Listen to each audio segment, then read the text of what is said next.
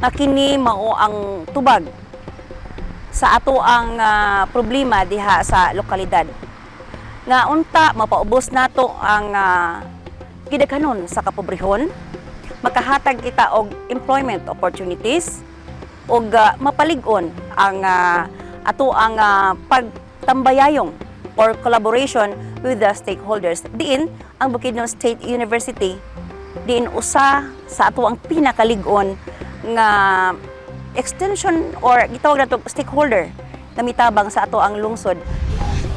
We cannot underestimate the role of community service in development. The town of Lantapan, where Ms. Caliposan works, is an example of how this happened. Hello there, BukSUans! I wish I can tell you in full the community service acts of Bukidnon State University, one of the leading state universities in the region. Aside from producing professionals ready for the 21st century, BukSU also renders unremitting community services through its various extension programs. One of the fourfold functions in a higher education institution is extension or community engagement. With this function, HEIs aspire to advance community development through the Extension Unit.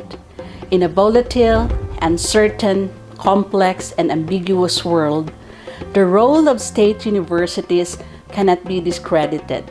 State universities take the responsibility of crafting innovative ways, approaches, and platforms in order for our communities to be versatile, understanding, connected, and agile in a VUCA world.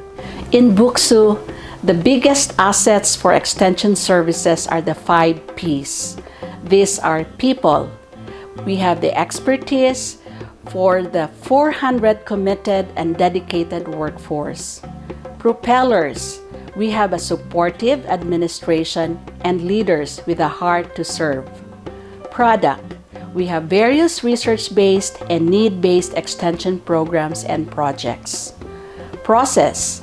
Mechanisms are in place in the conduct of our extension projects.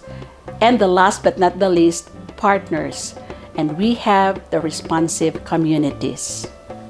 According to the Commission on Higher Education, extension is the act of communicating, persuading, and helping specific sectors and target clienteles to enable them to effectively improve production, community and/or institutions, and quality of life. The University Extension Unit is a showcase of the university's thrust for relevant and responsive extension programs aligned to the local, regional, and national development agenda and reflective of BukSU's vision, mission, and quality objectives. The community extension thrust and priorities of BukSU is also focused on platforms that are based on the SDGs. As a service arm of the university, the extension function makes the BukSU's presence felt in the community. Extension goes beyond technology transfer to facilitation, beyond training to learning, and includes helping people form groups, deals with issues for community development, and partner with broad range of service providers and other agencies. In the conduct of extension projects, it is so important that we are able to address a particular development issue or a problem discovered through research and needs assessment. One of the indicators that we are able to achieve this standard is when there is an application and utilization of existing and new knowledge and technology introduced, and that results to the improvement of the quality of life of the people. Through the extension program, people are empowered with appropriate knowledge, skills, attitude, and practice that will lead to the change of situation and standard of living of our partner communities.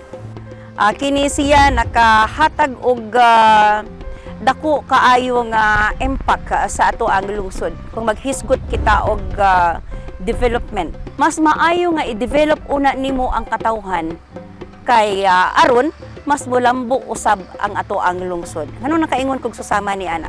Kay kung wala nimo natagaan og kahibalo ang katawhan, pagpabilin sila diha nga ang sa kapobrehon. Apan kung hisgot kita og tagaan nato sila og kahibalo imong gitagaan ang katawhan sa pagpanginabuhi, gitagaan nimo sila og oportunidad nga makatabang sa panginabuhian sa ilahang panimalay. As of date, BukSU has 18 active university and college-based extension projects spread throughout the province. Faculty members are on the move to execute these significant extension projects that put the best interest of the beneficiaries on top. All of the extension projects which I am part are very meaningful to me.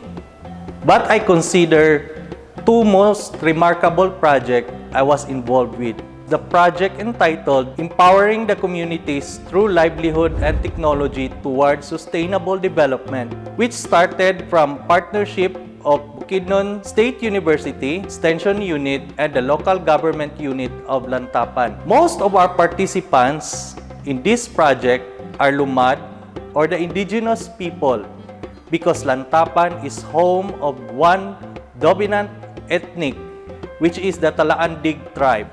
With the challenges brought up to the next level, bringing other stakeholders from public offices and private companies to join our program or this project.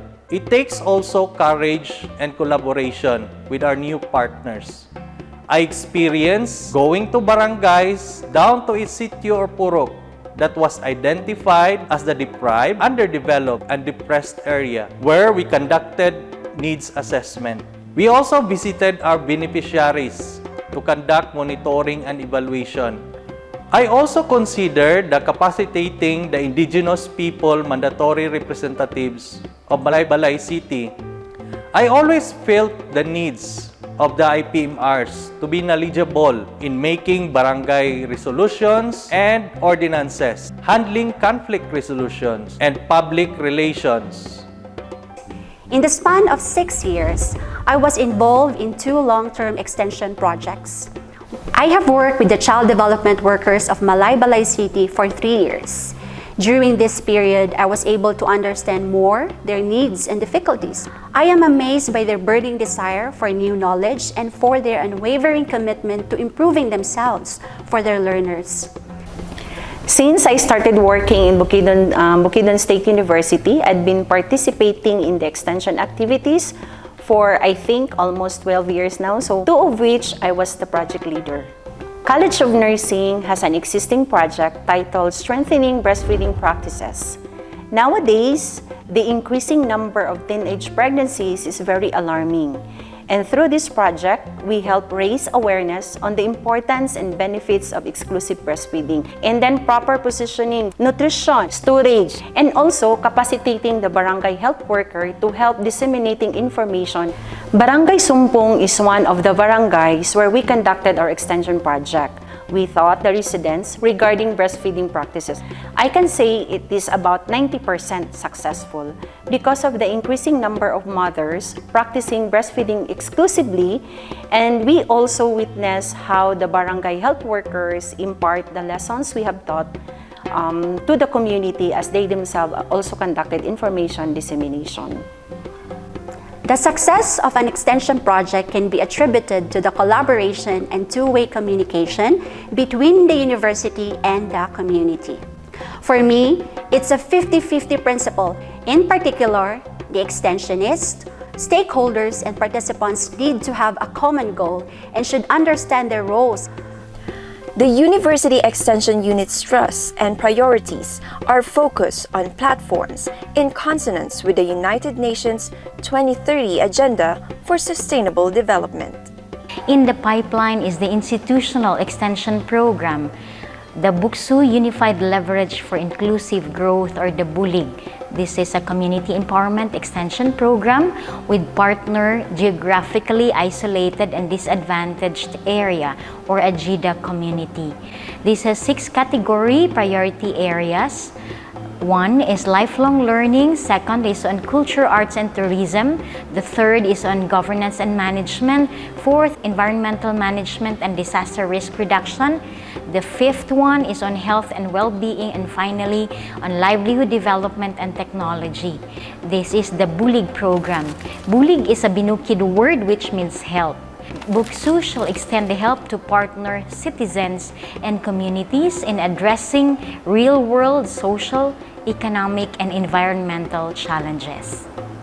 Bukidnon State University will continue to offer solutions to development issues through its extension services, geared towards the upliftment of the quality of life and poverty alleviation in the region, especially in Mindanao.